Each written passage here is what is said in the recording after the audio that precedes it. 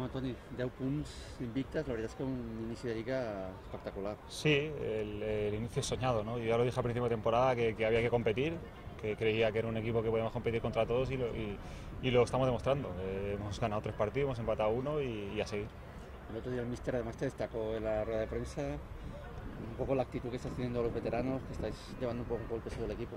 Sí, yo creo que somos un equipo compacto, que estamos entrenando muy bien y eso se nota en el campo porque vamos todos a una y lo que dice el míster pues es lo que hacemos en el campo, ¿no? Y eso se refleja en los resultados. ¿Y cómo lo llevas a esa nueva posición ahí en medio centro?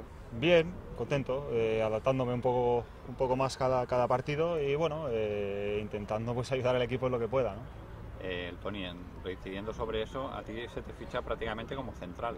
Llevas 4 partidos de medio centro, cada vez más cómodo en esa posición. Sí, es lo que te he dicho antes, ¿no? Intento adaptarme un poco a la posición. El míster me dijo la primera semana que iba a jugar ahí de medio campo y bueno, estoy intentando adaptarme un poco al juego, ¿no? No había jugado desde hace mucho tiempo ahí en medio y bueno, estoy intentando ayudar al equipo en lo que puedo y los resultados van saliendo bien, ¿no? Y yo cada día pues un poquito más cómodo.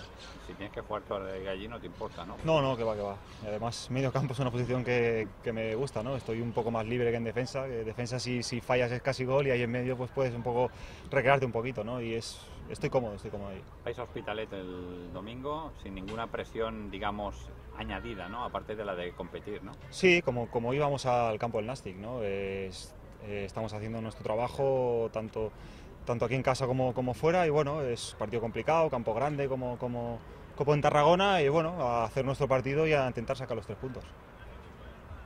¿Vale? Perfecte. Vale. Jordi, comença tu. Vinga, doncs bé, l'Hospitalet, sense cap pressió, la veritat és que amb aquests 10 punts podeu anar molt tranquils.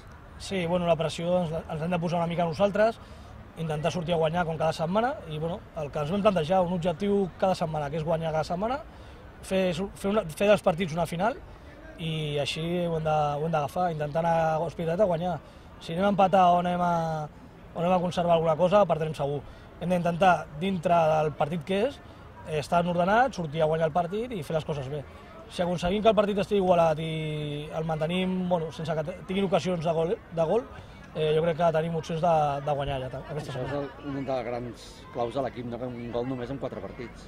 Sí, no, però sobretot el tema defensiu des del davanter al porter, perquè els de dalt són els que comencen a apretar i a partir d'aquí, si seguim amb aquesta línia, costarà molt que ens guanyin. Perdrem segur durant la Lliga, segurament perdrem partits, però que el que ens guanyi li costarà molta feina segur.